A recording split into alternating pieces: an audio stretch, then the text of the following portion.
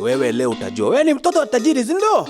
Wewe ni mtoto wa tajiri, unaendesha gari kijana, wewe unaona wewe ndio unajua I was awkward inside. My belt gone, one shoe gone.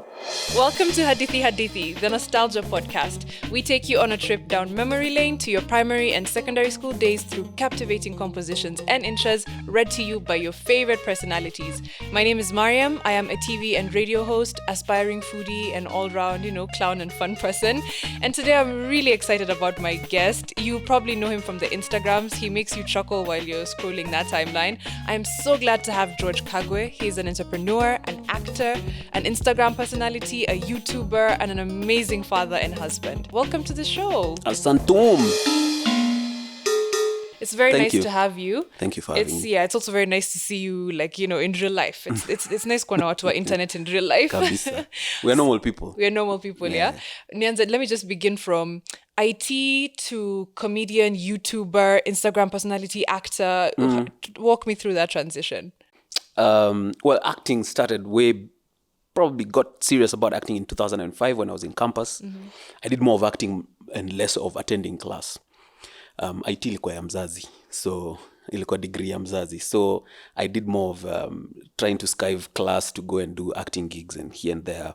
Local church, trying to go to Phoenix and all those other theaters. So that's because my passion has always been acting. So I did theater for a long time until 2010. 2010 is when it broke into Now TV. I got approached to be on a pilot for a show. It was called Briefcase Inc. Briefcase Inc. is the story of Charles and his old high school friend Ben as they try to start a business that they hadn't really planned for. What's the name of your company? Charles, work in progress. What exactly do you guys do? Consultants, hosters. And then it got to be now commissioned in the next year, 2011. So we did it for 4 seasons. 2011 was a momentous, especially as the year ended, was momentous for me. December 5th, my dad passed away because of cancer. I actually left my job at that time because I got out of the national air carrier. I went into IT, digital audit and risk management, and I was selling software as well there all across the world. And I left that job now to take care of my dad, like to take him for sessions, chemo sessions, his surgeries and all that stuff. And so we really bonded during that time. And I remember my dad had just sold a house. The proceeds that he was going to get, I knew the amount because I was a witness to that deal. And I asked him, what are you going to do? And my dad was an accountant all his life. So he was a penny pincher. So he tells me, I want to go to Ditidobi and buy a brand spanking new Mercedes-Benz. I'm like, all your life you've been a penny pincher. You've been trying to, and asked him why. And he's like, I've never enjoyed my money. I've never enjoyed my life. I've never done what I really wanted to do. And that really stuck with me. When he went through, when he died, we were burying him. The next year I go into depression and I'm like, you know what? I want to do what I love doing. So I quit the job, decided to go into acting full time. One of the best and worst decisions I ever made because I was broke for a huge part of 2012. And I used to go for auditions and I got tired of going for auditions. So the following year, I decided to start my YouTube channel. That is really amazing. Yeah. I'll just go into, the characters that especially you do on your Instagram and your YouTube, the M-Pesa lady, the butchery guy, Sasa unataka? Nataka kutoa. How much? 2,000. Nitoe? Toa tu. Nimetoa. Sawa. Wewe, wacha kutupotezea wakati ni nini? Guy. Guy, imehang. Si nimekwambia hiyo simu yako imezeeka. Simu yako ni mzee. Si ninunulie basi wende. How do you create these characters? What goes in behind, what informs your decision to do M-Pesa lady, to do Msewa butchery, to do the Cheers Baba guy vibe? What informs your creation process? So the creation process involves something that I believe in, an ethos, and it comes in every digital strategy that as I go and enable businesses out there, I tell them, have a vision, number one. My vision is to bring a little bit of sunshine to everyone I encounter. That's my vision. So based on that vision, I usually sit down and I'm like, what's the one thing I'd like? I'd like my comedy to make people think. So you laugh, but you think and you're like, shucks, I just did that today, right? I just encountered that person. Like you relate to that person or you've seen them. Exactly. Yeah. honestly, because when I see those characters, I'm like, these are people I encounter on a daily basis. Yeah. That's the M-Pesa lady, that's the Cheers Baba guys. Like, you guys see, we go to Vashas, Exactly. And so I love that it comes from getting people to think and to like work their minds. Do you ever feel like sometimes people get offended that the characters resemble their lives too much, and they think that maybe, George saw me and decided to make a character out of me and put me on the internet and embarrass me? For me, what I usually tell guys is, it's nothing personal. It's not really aimed at you. Especially, but if the shoe fits, maybe you should be asking yourself some questions. Yeah. Which is what I mean. The first thing for majority of people will always be to like point a finger, be like, oh, you're trying to do this, blah blah blah.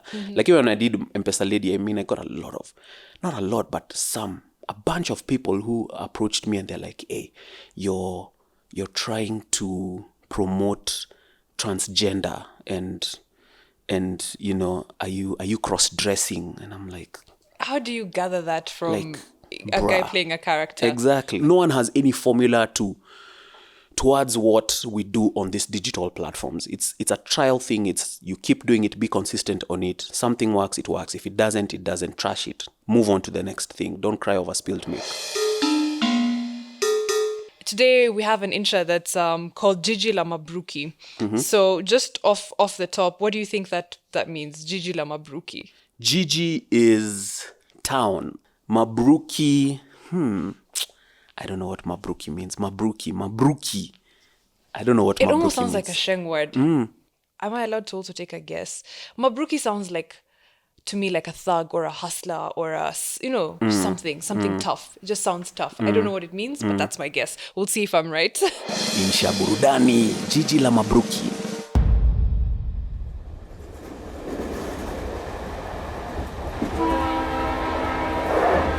Gari la moshi la kutoka magharibi ya Kenya lilifika jijini Nairobi saa 2 za asubuhi.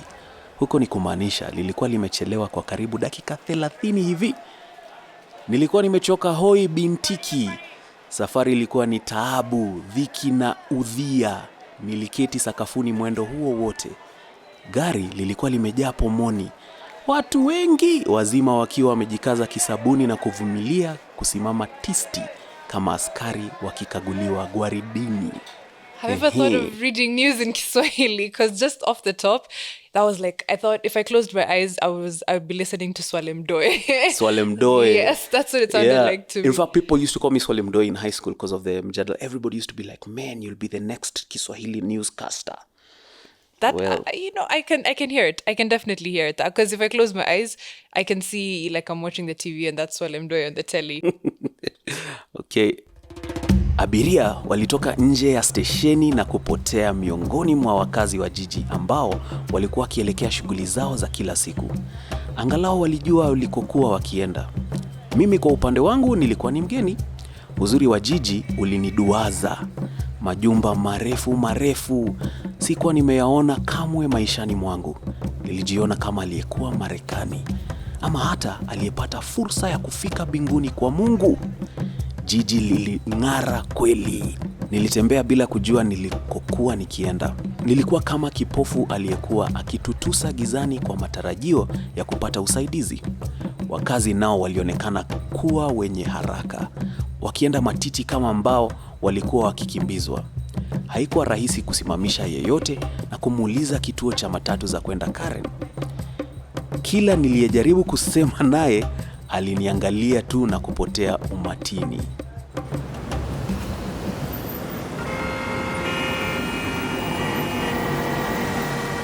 Nilivuka barabara kwa shida tele.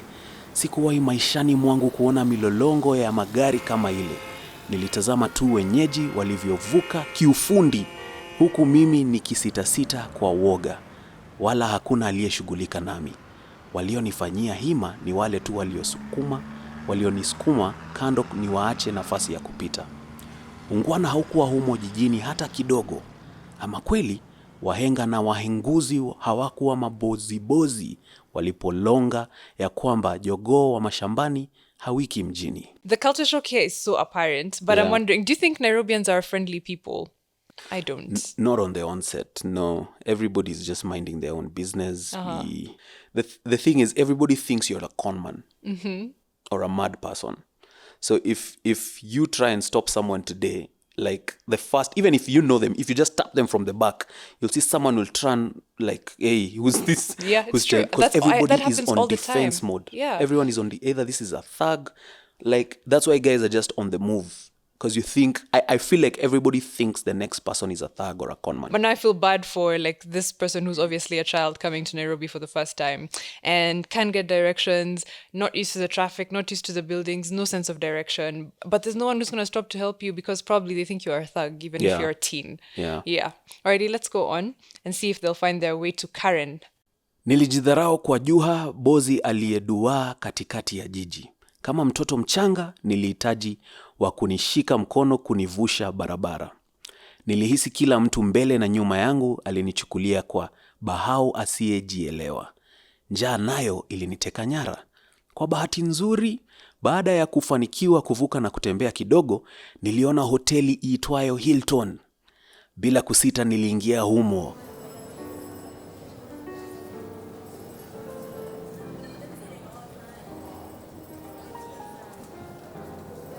Cha kustaajabisha ni kwamba wengi niliowaona pale walikuwa ni wazungu. Nilijifanya kuwa mwenyeji na kujikalisha kwenye kiti kimoja cha kifahari. Papo hapo pakatokea mmoja wa walinzi akivalia nguo rasmi ya kupendeza. Alikuwa meusi tititi, mpingo kando na mnene jatangi. Aliniuliza iwapo nilikuwa hapo na mtu yeyote. Nilimweleza shida yangu ilikuwa ni kupata kisebeho. Alinistaajabisha na maswali magumu. Una pesa ngapi za matumizi? Nilimweleza nilikuwa na shilingi 20 ambazo nilitarajia zingeniwezesha kupata chai kwa chapati. Aliangua kicheko. Je, unafahamu Winnie Hilton? Aliniuliza kama aliyeshangaa kuona Bagami kwa mara ya kwanza maishani mwake. Adventures in Nairobi. I want to do a kamusi check for the word Bagami. Do you know Bagami. what that means? No. Let's look it up. Bagami, mtu aliyepungukiwa na akili mpumbavu zuzu. Zuzu. This is so harsh. This guy is like, with 20 bob I can get food, guys. Because that's for real. In 20 bob in Shags Shags is a breakfast. It's true. That's a whole and there's meal. a certain hotel, I will not name the name, where 500 ml of water is 800 bob. Yep. You know, it's like, there's levels to this. Yep, There's you can levels imagine. to this. But I like the boldness. I hope he doesn't get thrown out. Haya. Alinitoa mle hotelini hobela na kuniagiza nisionekane hapo tena.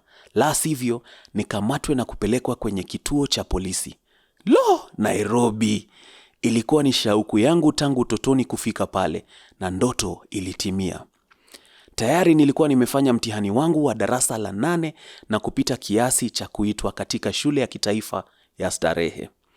Hakuna niliyemjua humo.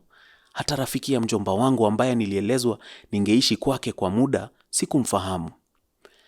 Nilifika mahali fulani ambako kulikuwa na mkusanyiko mdogo wa watu. Walikuwa ni wacheza karata. Nilijizubaisha hapo kama mzungu wa reli nikiwatazama. Mchezo wao huo wa kamari ukanivutia. Mfukoni nilikuwa na shilingi 100 zikiwa kwa sarafu za shilingi 20. Bila kuzingatia kuwa tamaa ilimsafirisha fisi jongomeo bila kwa heri, nilijitumbukiza katika mchezo huo, nikawa ndiye mwenyeji halisi. Lo, mara ya kwanza zangu 20 zilipotea. Nilikasirika, lakini nikaamua kutokata tamaa. Ndivyo nilivyoweza kupita mtihani wangu kwa kutokata tamaa. Isemwavyo bahati ni chudi, nami nilijijua kuwa mwenye bidii za mchwa. Nilishuhudia kwa muda mchache. Mmoja wa wachezaji wenzangu akajishindia kitita cha pesa huku nikizubaa. Nilijaribu tena, nikapoteza nyingine 20. Sikutetemeka. Nilifumba macho na kumuomba Maulana. Nilikuwa mvuli mwenye imani pia. Nilijifikicha macho na kuamua kucheza mara ya mwisho. Bila kufikiria, nilirusha kwenye ubao ule pesa zote nilizobaki nazo. Potelea pote! Sadiri ilinidunda dududu na kunideka nikisubiri. Nilimeza mate. Nilikuwa tayari kumrushia lawama jalia endapo hangenijalia. Nilikuwa na hakika ya kufaulu mara hiyo na kupata shilingi nyingine 60. Nilirusha macho kando na kuona matwana yaliyokuwa yakielekea Karen. Sasa nilikuwa mkunjufu. Asiye bahati walidhukuru wahenguzi wenye hekima, habahatiki wala hastahili kamwe kubahatisha. Amini usiamini, fisi wale walizimeza ghawazi zangu zote nisizione tena. Karibu nianguke chini na kuzirai. Nilijipekua mifuko, sikuwa na chochote hata senti. Ni kama nilikuwa ndotoni. Kuona hivyo, niliwapigia magoti wangwana wale wanihurumie. Tafadhali, mnirudishie tu pesa za kunitosha kufika Karen, niliwaomba. Machozi yakinitiririka tiriri jangamia. Hawakutikisika. Masikio waliyatia nta wala hawakunihurumia. Nilishindwa na la kufanya. Nilikuwa kama mvuvi aliyekwama katikati ya bahari kwenye dhoruba kali. Nilikuwa pweke kati ya binadamu ambao hawakutaka uhusiano wowote nami. Ni nani katika ulimwengu huo mpya angenijali? Kila mtu alikuwa mwenye shughuli zake. Njaa nayo ilinizidi, ila tu haikuwa ndio wasiwasi wangu. Nilijigusagusa tena iwapo ningepata hata senti zozote mfukoni kimiujiza. Hata mifuko pia ilinicheka. Hawinde mimi. How old do your kids have to be before you can let them out into town on their own? And I'm not saying neighborhood Nairobi, I mean town. Hey, today's Nairobi, I'm not sure, but maybe when we were growing up, I remember, going to primary school, class 4, 5, you enter matatu, you don't even pay, and you're taken. Those days, I think the culture was good. Today, getting your kid out, boy or girl, out in Nairobi it's an uphill task. So I'd feel like at least a teenager of a certain age, and even then it's still so daunting, and I'm not even a parent yet, so I can imagine as a parent how scary it was. But you're right, when we were younger the culture was so much better. Tunaendelea tu kuingia maisha ya anasa. I love that phrase. Let's see what they do next, because for me I don't see the future, a direct path to Karen for them. Let's see what happens. Nilikosa tumaini. Ningalijua njia ya kufuata kunielekeza Karen, ningalipiga milundi hadi huko. Nilitazama mashariki, magharibi, kusini na kaskazini, nikijiuliza Karen ilikuwa upande gani. Lakini Mungu haachi mja wake. Niliposhindwa na jingine la kufanya, niliona karadinga la askari polisi likipita. Oh no. Lilisimama kwenye taa za trafiki, likingoja zigeuke kuwa kijani kibichi. Our relationship with the police is very messed up. The fact that you've put yourself in the situation of a stranded child, and you see you as a grown-up now, you see a police car approaching, unalala ndani. We need to do better. I'm praying halali ndani. Let's see what happens.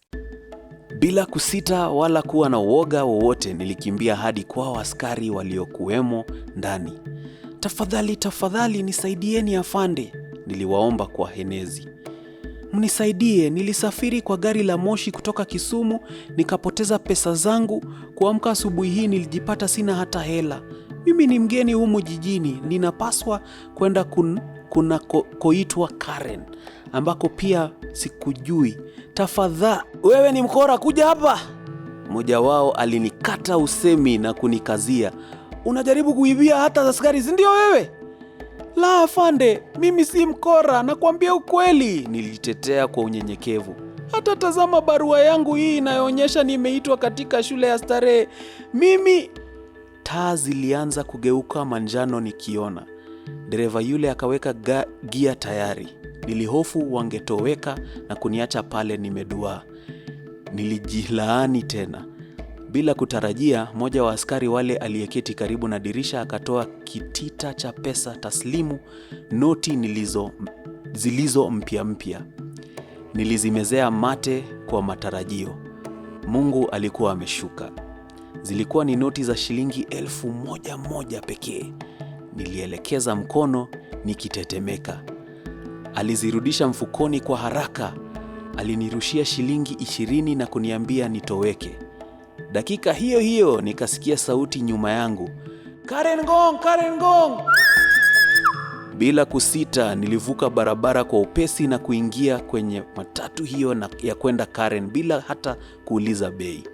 Niliketi nyuma kabisa bila kujali iwapo kondakta angeukubali nauli niliyokuwa nayo. Yote hayo yaliyonipata yakawa ni siri ambayo singeweza kumweleza mtu yeyote. What's your worst Nairobi experience with cops? Traffic regular, it doesn't matter. Hata NYS unaweza ongeza. I've experienced an OCS. So the guy came and said I was obstructing, but I had double parked because I'm waiting for a parking. This guy has gone back in, so it was in Moi Avenue. But the OCS comes with his moti and crosses me. And he's like, "You're obstructing." I'm like, "Homie, I'm not obstructing. This guy is coming out. What are you talking about?" He's like, "Z." That time it's like 6 p.m. Like, "You're obstructing." I think he's seen now here. And this was like years back, 13, 14 years back. Took me to the cop station, doesn't want to hear anything. And he's like, "Hey, wewe leo utajua. Wewe ni mtoto wa tajiri, si ndio? Wewe ni mtoto wa tajiri, unaendesha gari kijana, wewe unaona wewe ndio unajua I was awkward inside. My belt gone, one shoe gone, and it was at Central. The one shoe inakuanga ndio usihepe. Like, okay. So I can take off the other shoe and run. Because if people see you without shoes, they'll be suspect in town. Okay. So there's a thought process behind. And then the belt is ndio usijinyonge? Ndio, yeah, it's a weapon. Okay. So that you don't use it as a weapon inside there. And the thing about Central Police Station, people don't know, is you're thrown in everyone. There's no male or female. It's all together. So you're put there together with men.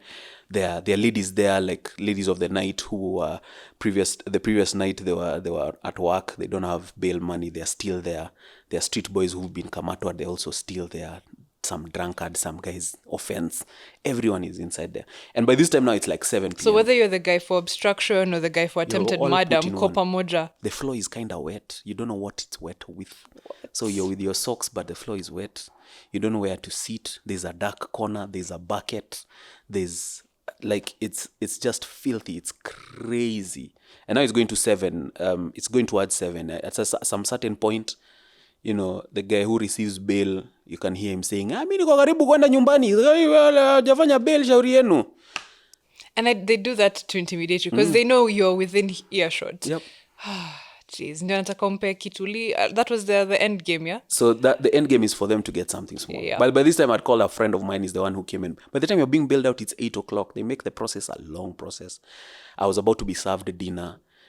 You can see there it's cabbage in water. Basically, big chunks of cabbage just chopped like with a panga. Put inside with water and a bit of maize. Yeah. I mean, a bit of beans and a lot of maize. It sounds so tragic. I really fear encounters with the Kenyan police because they're not pleasant. Yeah, they're absolutely not pleasant. But that's a whole other discussion. The fact that I feel like them not having separate cells for men and women is just illegal, first of all. I feel like there should be some law. And it's one of the biggest police stations in the country. Yeah. What was your favorite part of this story? Like from arriving at railways, I'm assuming, all the way to the police encounter and getting into the Karen Gong mat? Well, first of all, the cop giving the person 20 shillings, that was something I didn't really see coming. Yeah, because anatoa mathao, just to make you feel bad. Yeah, so the guy was counting maybe his wage for the day. Wage, quote unquote. So loot for the day, more appropriate. Yeah. So the girl's just trying to count it, then just removes the 20 bob and tosses it. That I didn't see coming. But my favorite part was that one where this person, which is a thing shags people have, they believe tribal lines will get you out of a situation. And so, but that was a shocker for them. So you go and talk, you know, Sapires will go, Kikuis will go, and someone just looks at you like, whatever. I don't know you. Yeah, you could be talking my language, but me, I don't know you. I don't know you, yeah. Thank you so much for making time for Hadithi podcast and narrating this story very interestingly for us. Should you ever feel like you want to read us the news or you want to read us another intro, please come back. Sure, anytime. Alrighty. I also want to thank you at home for taking the time to listen to this podcast and for joining Kagwe and I for this very wonderful, very eye-opening insha and this amazing conversations. Please do follow us on social media, all social media handles at Hadithi Pod, and remember to subscribe to our podcast and leave us reviews. Tell us what you think of our work. This podcast is produced by Yasmin Hassan, recorded and mixed by Josh Omondi, music by Josh Omondi, additional music by Kevin McLeod, and a special thank you to Stephen O. Amadi of Fancy Compositions and Inshas.